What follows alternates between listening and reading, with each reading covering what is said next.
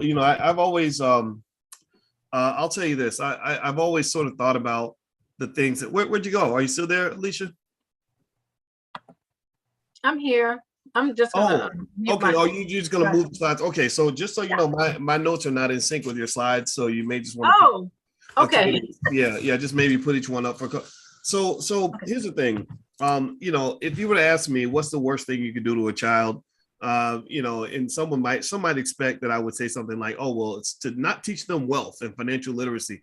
I don't think that's the worst thing you could do to a child, because wealth is more than just how much money you have. Wealth goes into whether you have a wealthy life. And I think that you are depriving the child and leaving them emotionally and spiritually bankrupt when you allow for something like this, parental alienation syndrome, where you steal their parent away from them. It's like murdering their parent in front of them in some cases, except you do it more subtly. And what's crazy is that 1 in 4 children in divorces go through this. I don't know if it's higher or lower for Black people because 76% of our kids have a parent that doesn't live in the house.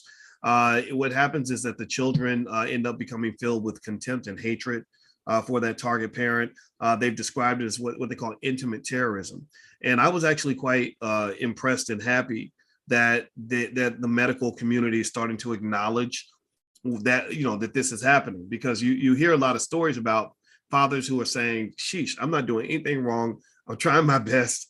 And it's, there are mothers out there as well that are victims. It's usually the dads, to be honest with you, who are just feeling abused by that power dynamic, where they say, man, if I don't, if her mother says something bad about me, the kid just internalizes that. And I can understand that, because I remember being a kid and my mother gave me permission to feel a certain way about certain things. Like, so for example, if I went to school and my mother said, oh, that teacher's racist. She never did that. But let's say she said something like that. Then I would go to school and I would have an attitude with the teacher. Like, me and my mama said you were racist, right? You know what I'm talking about.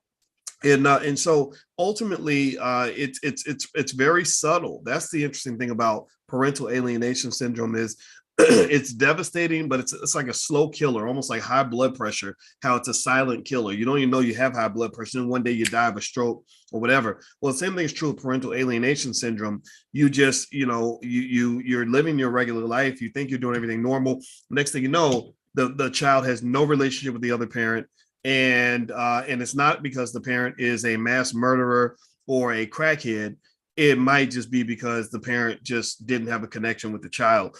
And so a lot of entities are starting to describe this as a form of child abuse, even domestic violence. A lot of courts are starting to remedy the issue by removing children from the household of the quote unquote abuser, which would unfortunately end up being the custodial parent who has poisoned the child's perception of that parent. And then they turn around and they say, well, I can't help it if he don't want to see his daddy. Well, you can help it. If you're speaking words of positivity and affirmation and relevance about that child's other parent, then that child's going to see the parent in a different way. You have a lot of power in the mind of that kid. And also, they say that parents who undergo that form of parental alienation, that they should get therapy too. That literally, when you go through that, not only is the child being abused, but the science is now saying that that the adult is being abused, right? So ultimately, when I say this is the worst thing you can do to a child, it's also one of the worst things you can do to a family. And so how do we sort of look at this and break this down and sort of look at the research? Alicia had me reading a lot of scholarly articles on the topic, and so I know a few things about this, and I can also add that to supplement that with things that I've seen and things that we all understand.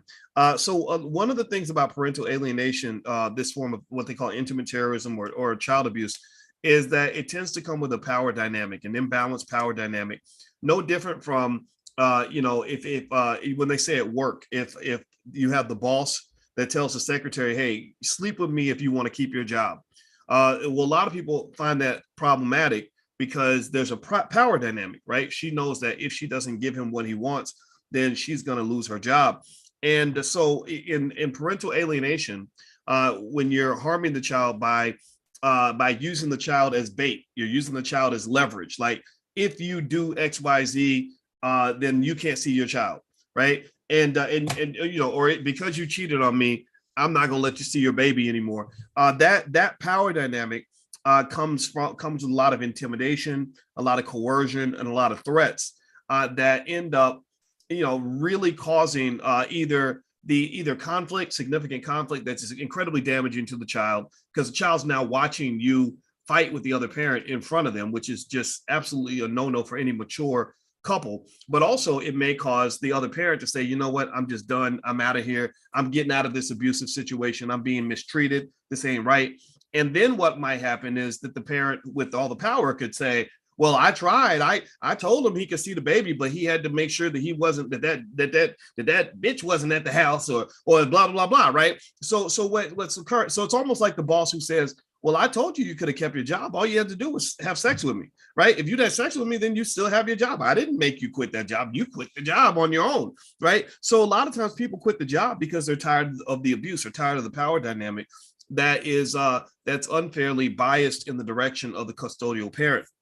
So what's interesting also, though, is that there's other players in parental alienation syndrome that go beyond just the non-custodial parent and the custodial parent. There's also the new bonus parent, or the mom's boyfriend or whatever, who actually may. This was interesting too when the research actually pointed out what they call the common enemy kind of thing, where families might bond around bashing the non-custodial parent. So she is in this toxicity with, imagine like a rapper like Future, right? Who's got, 57 babies mamas, and they're all having these conflicts, and crazy things happen. I think at a birthday party, he threatened to beat his child's mother to death in front of the baby or something, just crazy, immature stuff. And so you've got the other person in this situation, right? So the mother has a boyfriend, and so when he sees that this person is not somebody that his wife is happy with, and let's say it's not a Future, let's say it's just a guy who's just having a conflict with a woman, well, then he may jump in with the parental alienation, and he may actually violate boundaries with the child by speaking negatively about the other parent while the child is around. So the child is now feeling pressure from two adults in the household who are sort of leading the way, like they're the Pied Piper. The child is paying attention to what these adults are saying. So if the child's hearing the mother bashing the father, they're hearing the new boyfriend bashing the father. So sometimes, crazy enough, the child may actually feel pressure to just join in the bashing so they can fit in, right? It's hard for a kid to defend something when everybody around them is saying that this is a bad thing, right? You want to go along with with what everybody else is doing, almost like a type of Stockholm syndrome. And so so that was really interesting, right? And now here's what's interesting too. Parental alienation doesn't just occur when the domestic parent bashes the non-custodial parent. It can also go the other way around. Sometimes it's the custodial parent who's trying to be the most mature, who's saying, look, I'm not going to say anything bad about your father because, your dad is, he's your father and you got to respect him, blah, blah, blah, blah. But then maybe when the child goes to the father's house, the father is then saying negative things about the mother in front of the child. And then remember this too, that it's hard to be the parent that's in the household. It's hard to be the custodial parent because you got to do all the hard stuff. You got to get the kids up for school every day. You have to be there with them when they're sick. You have to be the one who gives them discipline. You have to be the one that they get mad at because you didn't let them go to the mall, or you didn't let them have a new pair of shoes. The other parent gets to be the Disney World parent, right? Like, I'm going to see you once a month. And when we're together, we're going to have fun. We're going to eat popcorn, go to the movies. We're going to go, every summer, we're going to take a trip, to an amusement park. So the fun parent can end up becoming the one who creates the parental alienation by turning that child against the custodial parent, right? Like, okay, well, now you got to go back to prison, back to your mama, because your mama is going, your mama ain't fun like me, right? Which can create like absolute hell in the house of the domestic parent, of the custodial parent. So ultimately, boundaries are really important. And I think that one of the things you want to start with in terms of talking about parental alienation syndrome is you got to grow the hell up. Like that's it. You got to grow up. And remember when we started this seminar this morning, the first thing that we were leaning on it, because I like to collapse everything and make it simple. Like, they call it Occam's razor, where they say the simplest solution is always the best one. And I read through all the research Alicia sent me. She wrote this big, gigantic book on all these things that we're talking about. And I said, it seems like a lot of this family stuff comes down to simply being mature enough to understand that the children are more important than you, right? You've had your chance to be the child. You've been the center of somebody's attention. And there's a point where you have to become the adult. And if you pay attention, if you look at in our community, a lot of communities, you have 40-year-olds who still don't understand that you ain't a child no more. And maybe you need therapy to overcome whatever is holding you back from childhood, whatever issues you're still trying to overcome. But if you're getting sloppy like that in front of the kids, then you are actively participating in the continuation of a generational curse. You are actively infecting your child with the same psychological and spiritual viruses that you were infected with when you were a kid, because you have not taken the time to have the awareness and the consciousness to say, stop it. It ends with me. We're not doing this, right? So ultimately, that maturity piece, just kind of knowing what appropriate boundaries are, that children, that if a child has two parents, both of those parents have rights to be with their child. Understanding that when you turn your child against their parent, you are killing their parent in front of them. That is it. You're abusing the child. You cannot love a child and alienate them from a parent, excluding maybe somebody. If the court has decided, this is a benchmark. If the court has decided that his daddy or his mama is good enough to spend time with the child, then at that point, you got to stand down. You got to stand down, because look, if he's dangerous, then the court's going to acknowledge that, and they're going to set standards. They're going to set boundaries. Take it to court. If he is, if he's getting high in front of the kids or whatever, well, then you get evidence that you take it to court, and then they deal with that accordingly. But if the court has decided that this is the child's father or this is the child's mother, and they have rights because this is their offspring, you don't have a right to undermine that. You can't say, well, I'm not going to let you see your child because I don't like the fact that you have a new girlfriend or you have a new boyfriend, right? So that alienation can occur on both sides of the fence. Sometimes that parent who is not living in the house anymore, maybe they're jealous, right? Maybe they're jealous because they're worried that the child is going to bond with the new man that's in the house, when he's not around, right? So perhaps he alienates the mother for that reason, right? Or maybe the parent who's outside of the house doesn't have a two-parent household anymore, right? It's just that person's solo, and then they see their ex go off in a new relationship, and it looks stable, and the child is responding better to the more stable environment. Whereas when they come see you, it's just you and the kid, and that's it. Some people create an insecurity from that. They become very insecure, and they start to speak negatively, not just about the other parent, but about the other parent's partner, right? In a way, again, that ends up creating chaos, drama, toxicity, and trauma for that child. Because if that child comes home and now they're fighting with the mama's boyfriend because the daddy done said, well, that guy, he ain't nothing, he's a blah, blah, blah, right? Then that's not good for the kid, right? So ultimately, these competitive feelings, which are on the slide right here, they're very common. They tend to occur maybe in mild doses. People, when we talk about white people, we call them microaggressions, right? Well, a lot of times we all sort of throw in microaggressions, or what they might call sneak disses at each other, where we say, well, I didn't say anything, but little things you say or how you respond in certain ways can allow the kid kind of picks up on that, right? So you may not explicitly say that his daddy ain't nothing, but if every time the daddy's name comes up, and you say, right, then the kid's gonna pick up on that. Kids are smart. Kids are very smart. I'll give you an example. I remember when I met my biological father for the first time when I was 14 years old. And it took me about 10 minutes to realize that in the eyes of many people around him, he was a piece of shit. Like, seriously, I could tell that his relatives were trying to cover for him. Because I remember hearing my grandmother, he wasn't there at the time. I remember her saying, well, one day he's gonna get it together one day. And that told me at 14 years old, okay, so that means my daddy ain't got it together, right? And it was real subtle. But I picked up on that, and I remember thinking, okay, I don't know how I feel about this guy. Whereas if they had spoken of him in a very, I guess an empowering sort of way, like your daddy is a superhero, and then I would have said, oh, well, let me find out more about this guy. But I lost interest in him at that point because I said, God, I don't want to be around a loser, right? So these competitive feelings that can occur, they can be problematic.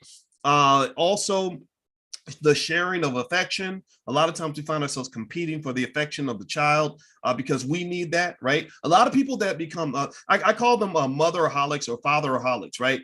Or parent-holics. How about that? Where you become addicted to the affection from the child and you think that you are just attached to your baby at the hip because you love the baby so much. But there's a point where you're not really doing that for the baby anymore. You're really doing it for yourself. You're really attached. You love that child the same way you love a car or you love some sort of possession that you have, right? If I love, or you love your dog, right? Loving someone and caring about them can be two separate things, because loving them might mean attaching to them, holding on to them, pressuring them in ways that they don't want to be pressured because I'm only doing this because I love you. I'm only doing this because I love you. But if they're constantly saying, look, that's not really love. That doesn't feel like love. It feels like you're kind of putting a lot of weight on me. Well, that's different from me caring about you. Caring about you might mean I might have to actually let go. Like you're 18 now. You want to go and make some decisions on your own. And because I'm so connected to you, I want to constantly be in your ear and up your butt and helicopter parent you to death. But really, if I care about you, I'm going to hear you when you say, okay, I got this. I'm good, mom. I got this. Let me go figure this out on my own. Right.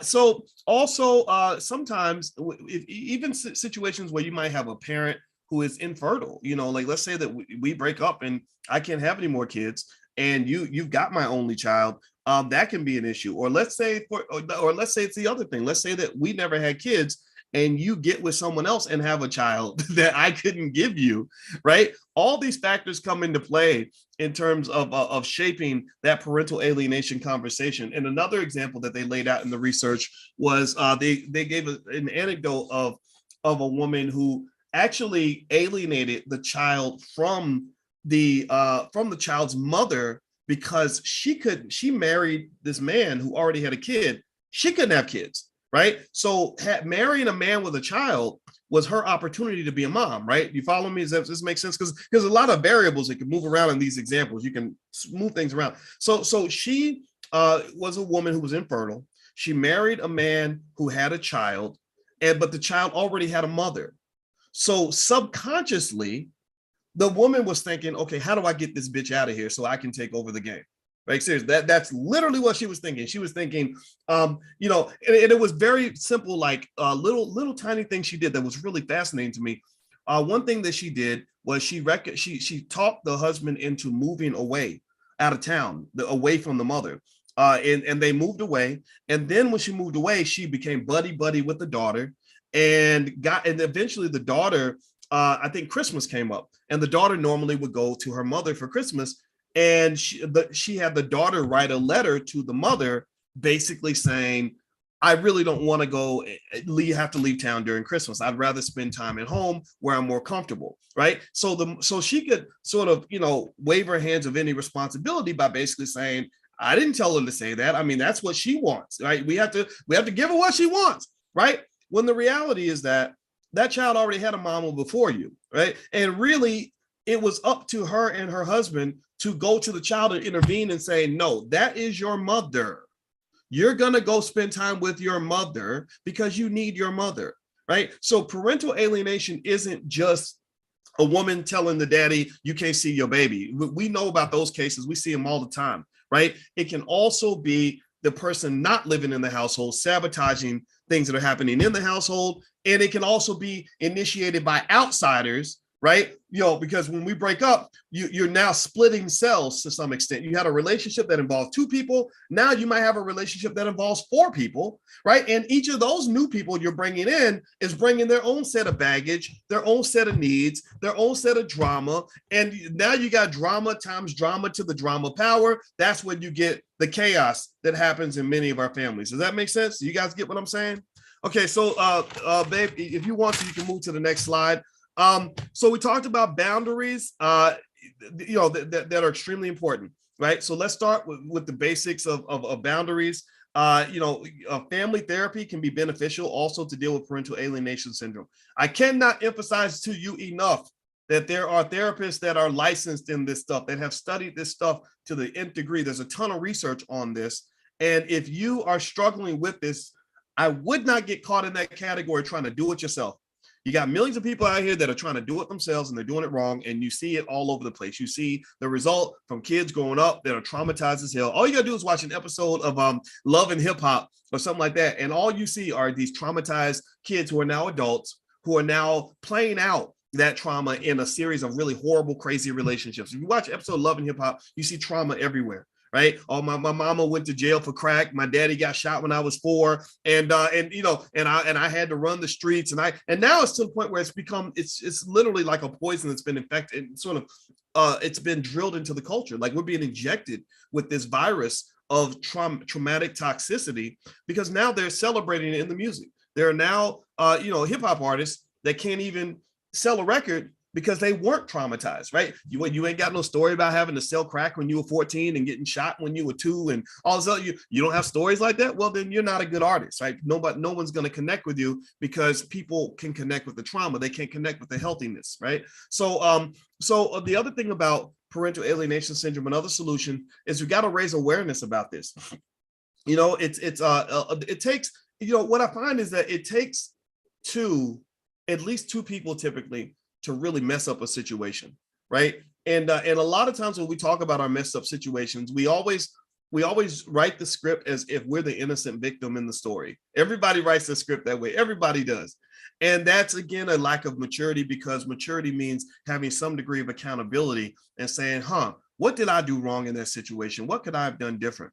And so ultimately, awareness about parental alienation syndrome, and then circling back to that key point, which is the kids matter more than you, is a good rallying point to allow you to slowly repair the damage. So again, going back to what I was saying to you guys earlier about the importance of preventative maintenance, if you connect with a person, I'm talking about even sleeping with a person, right? Because we know where babies come from. If they're not at least mature enough to understand that the kids matter the most, you might want to realize that that's not a good person to have in your life on any level. You can't build with somebody. You can't build a building with somebody who knows nothing about being a carpenter, who's never built anything, who has only known how to destroy things. That person is not a good person to build with. So when you're talking about building a family, and you're talking about avoiding the virus of parental alienation, you have to sort of play the game. It's easier to play that game with somebody that has a maturity bank they can draw from, so you're not carrying the load yourself. So think about maturity, meaning, we're having a conflict. I got to be the bigger person. I got to preserve the relationship, right? So think of it like a bank account. So if I show up and I have $100,000 in my maturity and forgiveness bank account, and you have $100,000, then we both have enough money to cover any situation. So if something bad happens, I pull 10,000 out of my account, you pull 10 out of yours. We both pay it together. Everything's good. The check is good, right? Now imagine if I go into a relationship with somebody where I've got 100,000 in my maturity and forgiveness bank account, and they've got nothing. They've got a completely empty bank account, maybe some debts. Well, then every single time there's a conflict, I'm going to end up paying the whole damn tab. Like, it's like going to dinner. Every time we go to dinner, I got to always pay the bill because you have nothing there. So every time a situation happens, you're going to be the immature one. So I have to have enough maturity to compensate for your immaturity. It is terrible constantly trying to negotiate with a person who does not negotiate or give in on anything and insists on doing things that are destructive to the relationship. If you ever want to live a nightmare, try to build with somebody who is completely the opposite of a builder, who is a destroyer. You're going to spend your whole life rebuilding. You're going to be drained. It reminds me of a couple that I counseled one time when I wrote my book, Financial Lovemaking. And it was interesting because this is an older couple. Maybe they're in their almost 70 now. But back then, it was like 20 years ago. And the father lived in the Bronx, and he had been part of hip hop. When hip hop first got started, he used to do parties, and he saw a lot of his friends go on and become rap stars and moguls in the music industry. Like, he hung out with DJ Kool Herc and Grandmaster Flash and Russell Simmons. Like, he knew all those guys from the Bronx. But he chose to marry this beautiful young woman and become a father instead. So he always had regret to this. He always had a sadness where he feels like he missed out, right? And so all those years, he always wanted to kind of get back in the game somehow, but he couldn't, right? He had to take care of his family and work his regular job. Well, one thing he would do is he would take the family money, like all the savings, and he would invest in like trying to maybe host a party or get back into the music industry somehow. And I guess he wasn't a good businessman because it just didn't work typically, whatever he did. Well, one time, the family, they got to the point where they had $10,000 in credit card debt. The wife, who was a bus driver, had worked her butt off to pay down this debt, like little bit by little bit, $200-300 a month. She did it consistently. The debt got down to zero.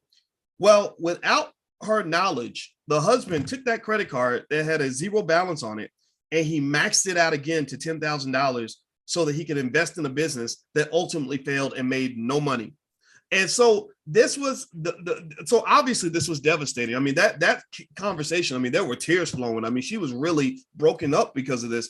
And that's what I think about when I think about trying to build things with somebody who constantly destroys or cleaning, like it's like cleaning a house where they're constantly coming behind you and dirtying up whatever you clean up. It's very, very draining. So find the right people that kind of get what you're trying to do, and really putting those kids first is extremely important because you may not always get along.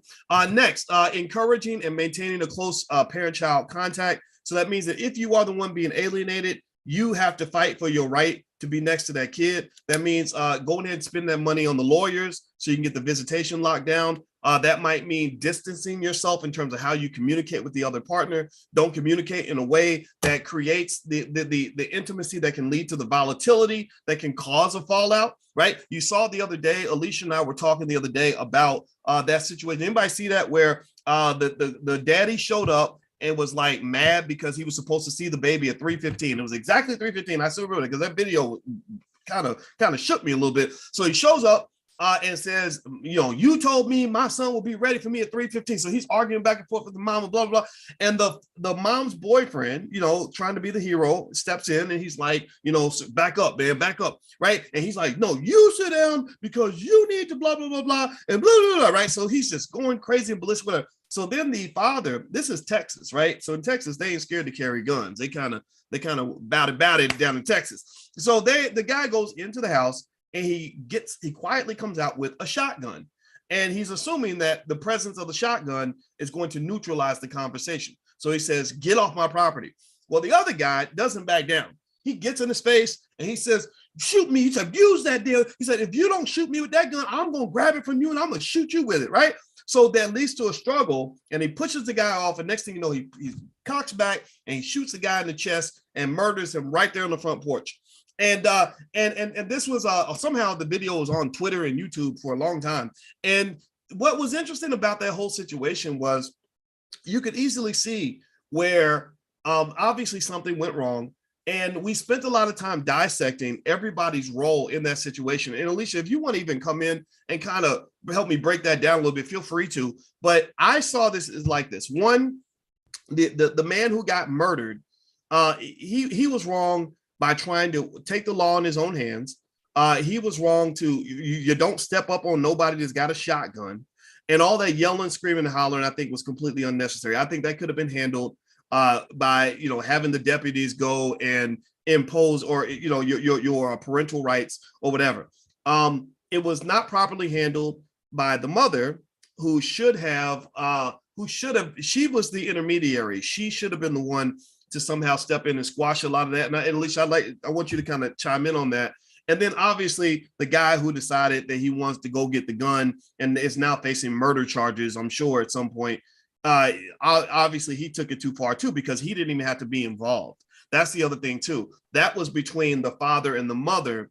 The question is, how much do you get involved in that situation? And I think these are real life scenarios where maybe nobody gets shot, but we all enter those scenarios, right? A lot of us as men, maybe you've dated a woman who had a crazy baby daddy. As women, maybe you've dealt with a baby mama that was out of control. And so I'd like to get your thoughts on that, Alicia, in terms of that specific example. How do you break down the responsibility for that outcome? Because obviously the kid, the biggest victim obviously is the child, right? The child now has no father. The child now has to live in the house with the man who murdered his father. That's going to be a problem. Anybody watch the movie The Godfather, where he murdered the dad, then he went and murdered the son, and then he went to go find the other son because he said, when your son goes up, he's going to want to come kill me too, right? So everybody's worse off because this happened. So this clearly wasn't the optimal solution. What are your thoughts on that? Yeah, I think the mom, we didn't really talk about in our pillow talk that we did on that video, we didn't really talk about the responsibilities of the mother.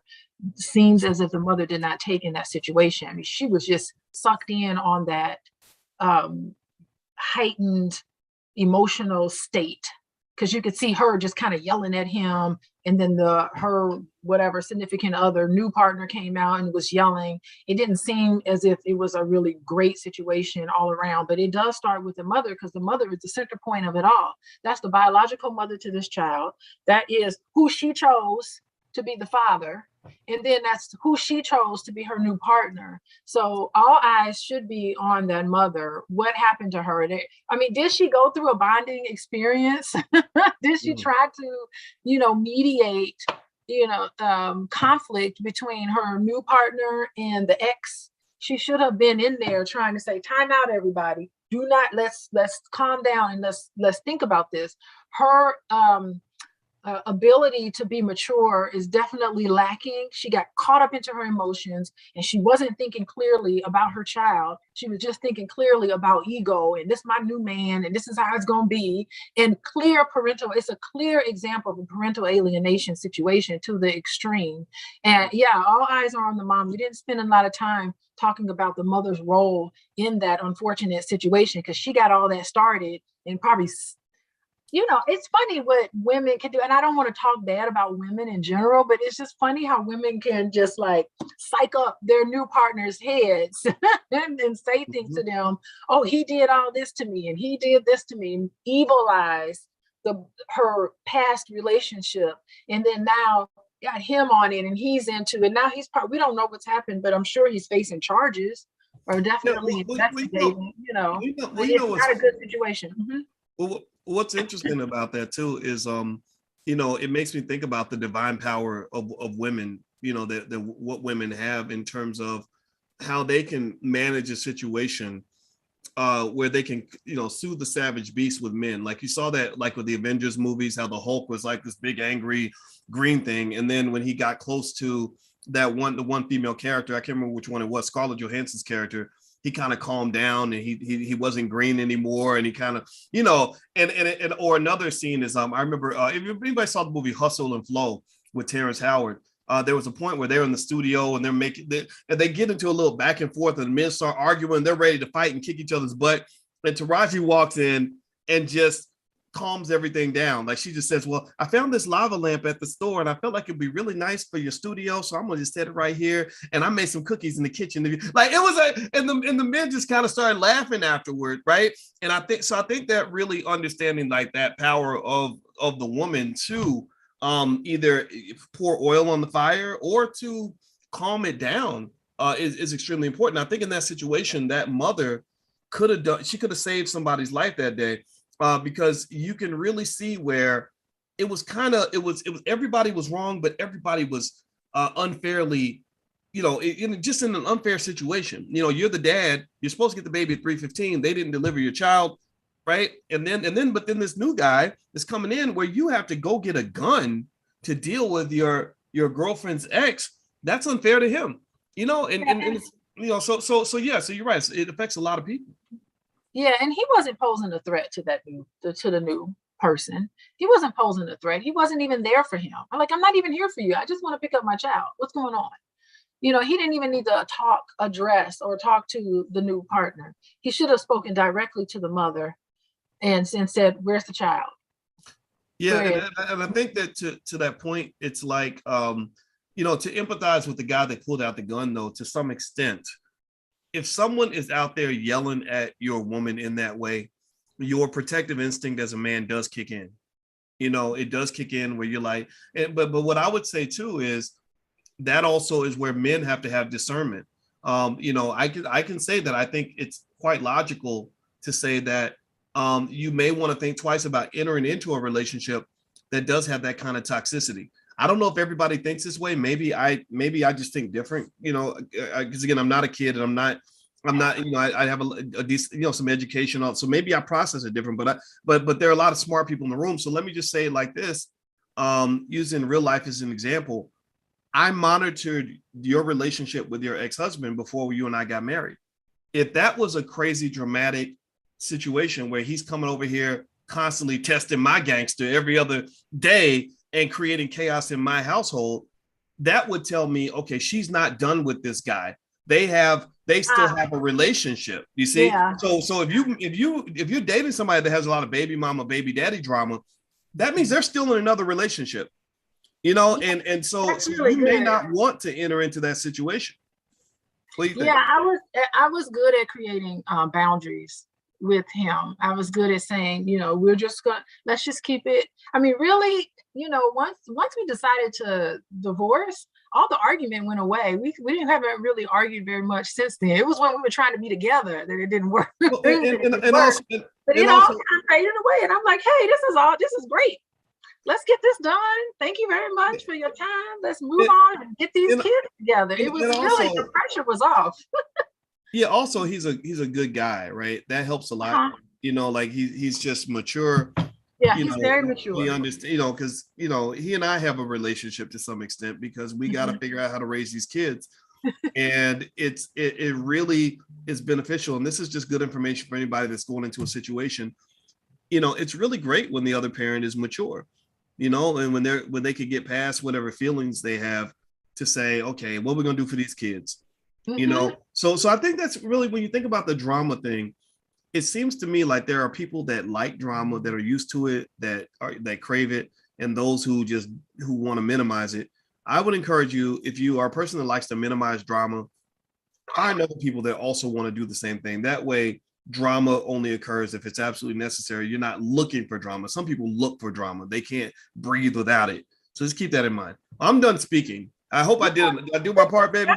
No, I think it's good. I think that I just want to say a few things before we talk about finances. I think that just in terms of drama, the kids are always watching.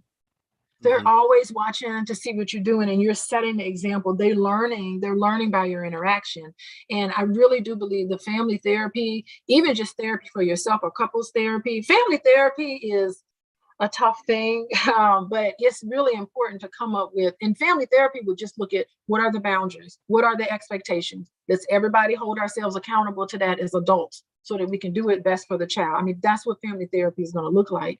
But I think that when there's issues between the two partners, you really need to keep in mind, here's this new person that's coming into the family, and we look up to them. The bonding process has happened, and then now y'all two are fighting. So it's important to get some counseling if you can't try to sort this out with this new relationship, because you can be triggering to the child, because the child can see you all argue, and the child may say, oh my goodness, does this mean that now this marriage is being dissolved? So you can trigger these abandonment issues in the children. And then they start to wonder, and they get very anxious and start to wonder, oh my goodness, will they separate too? The way my parents separated. So that's something to keep in mind. And also with parenting, just get on the same page with parenting. There's always one person who, who is a little more lenient, and one person is a little more strict. As long as you get on the same page with that parenting, it's just the dynamic that's there. I think that, so that's the only thing that I want to add there in terms of like parental alienation, just getting along with each other. So I want to talk a little bit about conflict resolution, because I'm glad that you began speaking about this. I want to talk a little bit about conflict resolution, and then we'll go right into finances. Is that okay with you, Boyce? Absolutely. All right. So I kind of talked about some of this already. Why does it take so long? Okay. Handling conflict in your family. Yeah, I mean, the biggest thing, because what we've been talking about is how adults are getting together and they're not having healthy communication. Just know that when you're in a new situation, it takes 3 to 5, sometimes 7 years for everything to be ironed out, the kinks to be ironed out, for you can set up a regular pattern and routine. And then when some people are behaving in ways that's less than ideal, I think it's important not to be confrontational, because confrontational is like putting someone on edge and telling them what they're doing wrong. I think it's best to communicate um, how you feel and what you're thinking, and to be open and honest about how you feel and what you think about a situation, and encouraging the children in the family, encouraging the ex-partner, the in-laws, all the very important people, just to create an atmosphere of open communication. It does not mean that you have to always agree with what the other person's saying. You just have to be able to understand their perspective. And we try to achieve this, because even in my family, we have a whole bunch of people who think differently about COVID.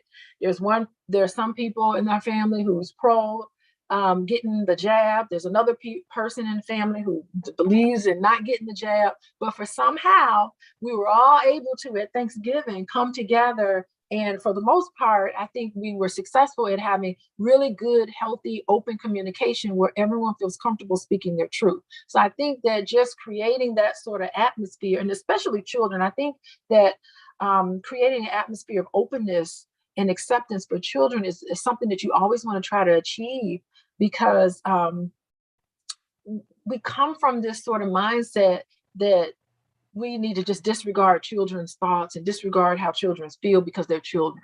What they say and what they feel and what they think is just not important.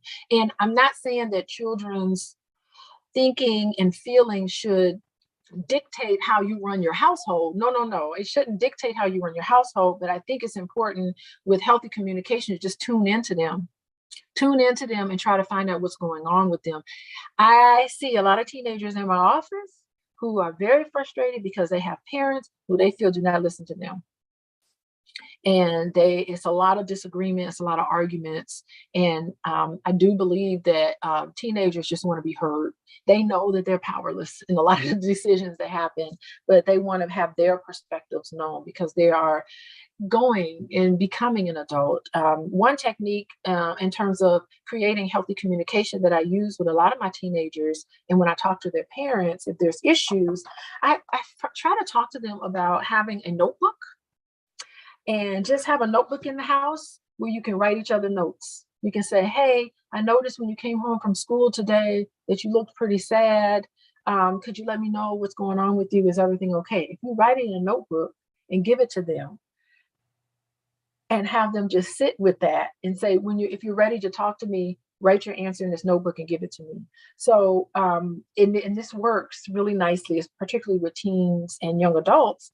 And, they can sit with their thoughts a little bit, and then they can write in that notebook and then give you the notebook. Sometimes it's easier to just write it down and give that person the notebook, and then you can read it and then you can respond in that way. I think that's a really good method, especially because some families, they're just not comfortable talking about feelings out in the open. It's just something we talk about feelings privately, and that's okay. That's how families operate. But I think that that's important. I know I'm going to talk a little bit about having a family meeting, and that is definitely the intervention that I think every family needs to have, is family meetings, particularly when you're just forming your family, a new family with new members into the family, is having the family meeting so that you can create that atmosphere where everyone feels like their thoughts and opinions matter. Because when you grow up in a household where your thoughts and feelings matter, you are more likely to have very healthy relationships, interpersonal relationships, and friendship relationships later on in life. All of us are entitled, and I talk about when I work with my couples, that we're all entitled to our complaints. Everybody needs to complain. The kids complained about Boyce sometimes because he leave the seat up in the bathroom. That's their complaint about him sometimes. And then, they were able to sit down and have a conversation about it. Okay, so I leave the seat up in the bathroom. I'm really sorry about that. The problem is that I'm a single man. I've been living by myself, and ain't no women in the house. So why do I need to put the seat down? I just leave it up like that. So these are helpful moments of communicating things that bother each other and things that you complain about each other in a way where it's healthy. And when you have family meetings and when you have a complaint, don't just go right into the complaint. Healthy communication says, there's a problem that I want to talk to you about. There's an issue on my mind. But first, I want to tell you about all the things I appreciate about you. And so just give a list of all the things. I appreciate the fact that you're here for me. I appreciate the fact that you bought me dinner the other day. I appreciate the fact that you took me to basketball practice. I appreciate the fact that you gave me money for something. You're supporting me, but I have a complaint I'd like to share with you. So that's the sort of arrangement that we did in our household that helped, that helped and to make the family meeting. But it sets the tone and it teaches the children how to deal with conflict in a healthy way. So healthy communication is so important. Let's see. I already talked about disagreements. If you're having disagreements, try to get over it and model for children, what to do in disagreements. And if you're finding that it is becoming really problematic, seek help. There's help out there. By the way, you can always reach out to me at Coaching with Dr. Alicia. I have an intake form. You fill that intake form. I personally will get back to you. I like to have a personal touch with everybody that I work with. You have my access to my cell phone number. I like when clients that I work with during the outside of our sessions together, I like when you give me updates about what's happening with you. And so I like to be there for my clients. And so if you're interested in private situation with me, coaching and private coaching around disagreements that you have in your family, I'll be more than happy. Coaching with Dr. Alicia. So it's important to do this, not just for your relationship, but just so the children will be able to or be able to see a healthy situation, because you were already in a relationship with maybe their father, and maybe they saw some things that they shouldn't have seen.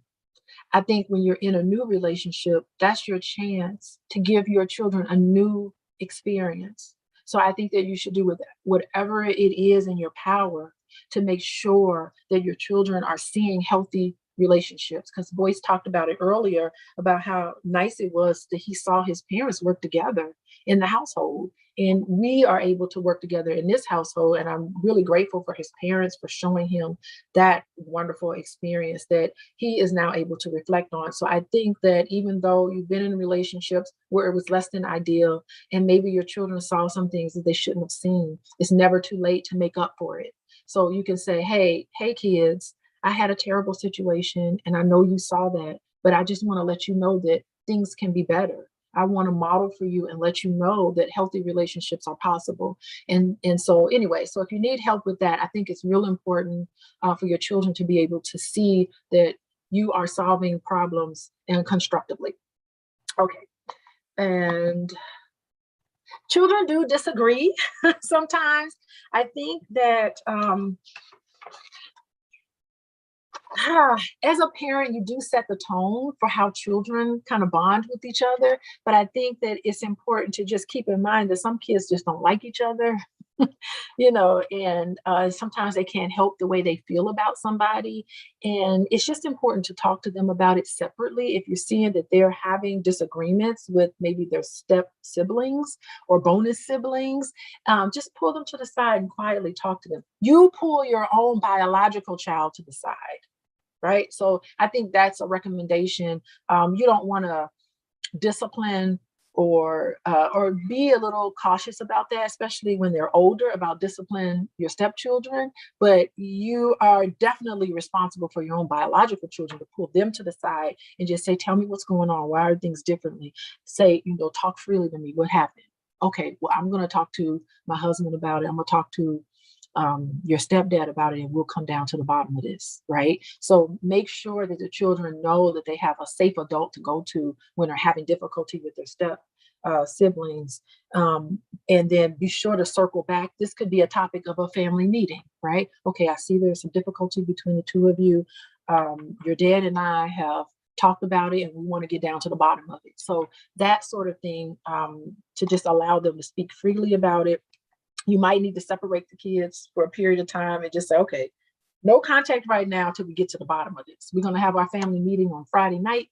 Let's just table this until Friday night. So sometimes, because there could be feelings of jealousy You know, sometimes step siblings could be jealous, especially if they're different economic situations. Maybe their other biological parent is in a better situation, and sometimes they envy some of the vacations that they go on or some of the things. You never know what it is, what's happening, but maybe they feel that you're spending more time with another child, you know, than you're spending time with them, and then that can cause some sort of animosity. So it's important to make sure that things are as fair as possible in your household. It's important for you and your new partner to come up with a plan that's fair and possible, because kids are always watching to see who got more juice.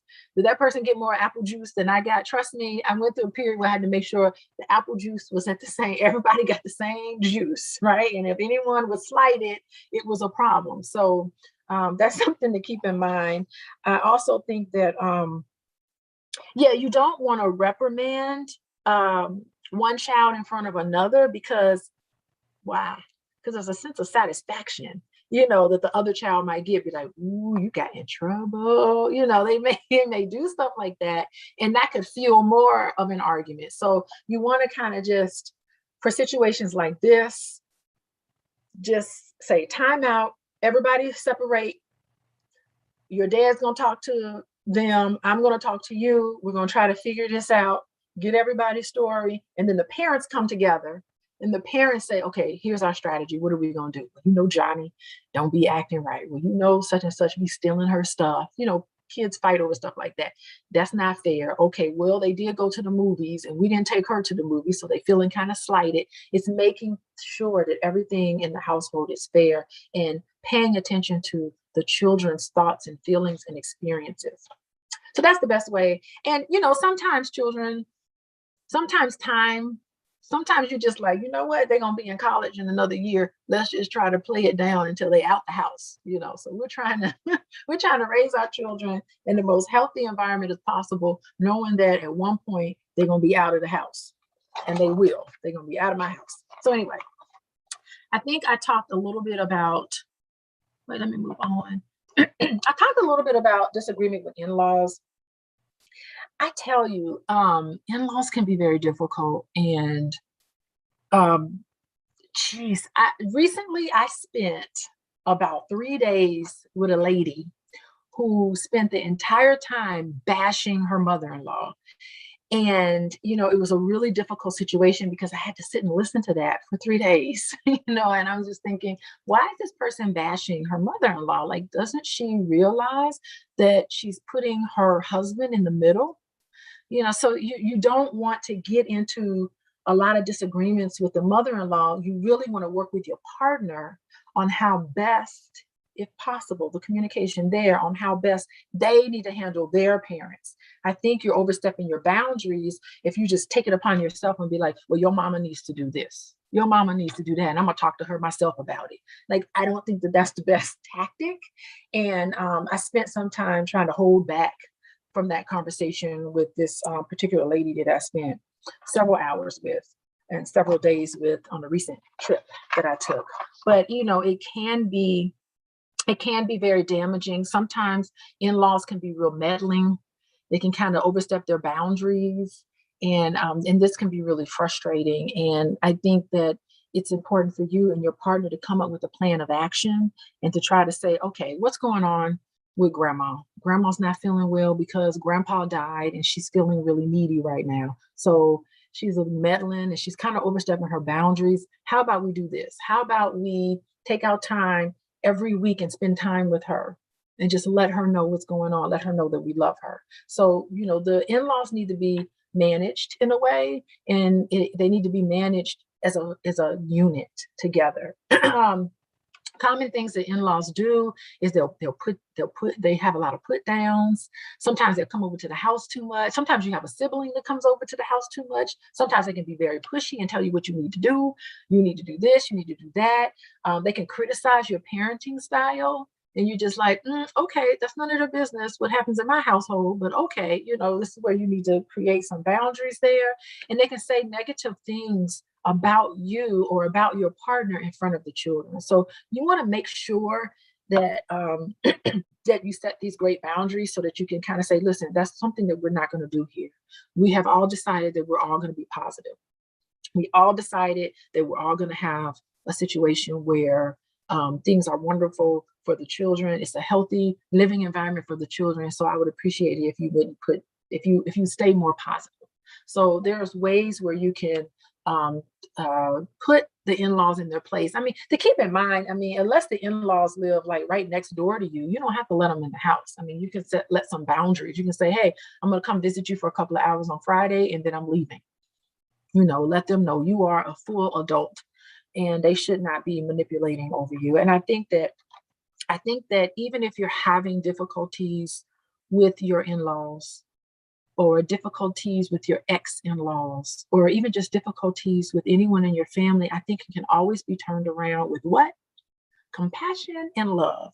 If you have compassion, if you have a good level of understanding about what's going on in their life, if you communicate clearly with them and you remain respectful in your communication, I think that can overcome quite a bit. It's saying, I know you're going through a tough time with your health. I guess that's got to feel awful. Or just like when I spent some time with this young lady who was constantly complaining about her mother-in-law, eventually I was trying to turn the conversation around where I wanted her to see things from the eyes of the mother-in-law. I wanted her to say, hey, I bet your mother-in-law is feeling really sad about her son being so far away from her. I'm sure she was really excited about you all getting married. I'm sure she's excited about the prospect of having children. So I kept trying to use language that would show and demonstrate another point of view other than what this particular person was feeling and experiencing in reference to her mother-in-law, because I felt that it's important to show respect to your partner, and showing respect to your partner means you're showing respect to the people who are important to them. So you can turn this around. And I think if you have toxic in-laws, I think really not putting your spouse in a position where they have to decide between you and a relative, especially a parent or a sibling. It's an impossible situation to put someone into. I mean, it's impossible. How do you consider the bond that your partner has with their own parents? That's been going on forever. This is the person that gave birth to your husband, or this is the person who gave birth to your wife. So, consider the bond and consider what's going on in your in-laws' life, and try to make a support of supporting your spouse and having a good relationship to people who are important to them, right? So that that way, when you do that, you come across as less threatening. Sometimes in-laws are like, oh, here's this person coming taking my baby away. I know that's how I would feel. Oh no, someone's coming and taking my baby away. You're going to be perceived less threatening, and you will be on the receiving end of more love yourself if you take the initiative to show love to the people who raised your child. Who raised your husband. Being very respectful to that person will help you in that way. So you got to remember too that your spouse can't control other people's behavior. It is impossible to control other people's behavior, but you can influence them. And I think that when you have a positive attitude and you uphold a high level of respect for your husband's family, and or your wife's family, that eventually things will smooth out and everything will be okay, even if it's kind of volatile at the beginning. So just a second before we go into finances, I want to know if I'm going to stop sharing my screen, and I want to know if anyone has any questions. Anyone have questions? Okay, I see people in the chat. Y'all real chatty in the chat. I see, but can you, yeah, love never fails. Thank you, George. George is the one who's been sticking it through with his adult children. And it sounds as if, George, you've been alienated from them when they were younger. And I'm really hopeful that you can, even at this point, create some sort of relationship with them. Are there any questions in the chat? Get your questions ready before I talk about finances. Are there any questions about conflict and issues that you have with your family. Let's see. I do not take insurance. Del Sol, you're in Florida. I can't take insurance. I am a licensed therapist in the state of Illinois, and I know because of COVID, some of the states are starting to relax the restrictions from out of state. But I don't take insurance right now. How should bonus children address the bonus parents? Yeah, we talked about that, George. Yeah, I think it just depends on you and your partner deciding. I think we talked about someone typed some information in there about cultural issues. I know my ex, they address his new partner with Miss. They call her Miss, you know, and but that's cultural, and I appreciate that. But our kids, they call Boyce. They don't call him Dr. Boyce, but they call him Boyce. Should children-in-law How should children-in-laws address parents and bonus parents? And how should grandparents be addressed? Yeah, you know, I believe that I believe in being respectful. So when I met Boyce's parents, I just asked them, I said, how do you want to be called? You know, what do you want to be called? And she's like, I said, because we're gonna call you grandma, you know. And she's like, no, I want to be called Mama Robin. I said, I love Mama Robin. I think I was calling her Mama Watkins. And she said, no, just call me Mama Robin. And so Mama Robin has stuck. You know, she's Mama Robin now. And then I said, are you going to be Papa Larry? So we just that was our first initial conversation about what do we call each other? And that's part of the bonding process. You know, it's the bonding process. So now the kids come around and say, when's Mama Robin coming? When's Papa Larry coming? You know, they get excited. They got a new set of grandparents who are very helpful to them. They're very helpful to us. So we appreciate that. So how do you handle daddy's little girl syndrome? Interesting. Okay, so it's almost like daddy's little girl and daddy's little girl can't do no wrong. Is that what it is? I'm daddy's little girl and I come first. Well, that's a boundary violation. I consider that to be a boundary issue because daddy has moved on, right? And daddy's little girl grows up and daddy's little girl needs to move on. So I think that you have to think about healthy boundaries there. And, you know, being a bonus mother, I think it's always best to encourage your partner to have a positive, healthy relationship with their own children. So if at all need be, you need to just say, hey, that's your dad. It's important for you and your dad to have a relationship. So I think whatever it is to take yourself out of it, take your ego out of it, and just support healthy boundaries in general. Okay. So daddy's little girl could be a spoiled little girl, and you and your partner need to sit down and talk about it and come up with a plan on how to address it. Any other questions before we talk about finances?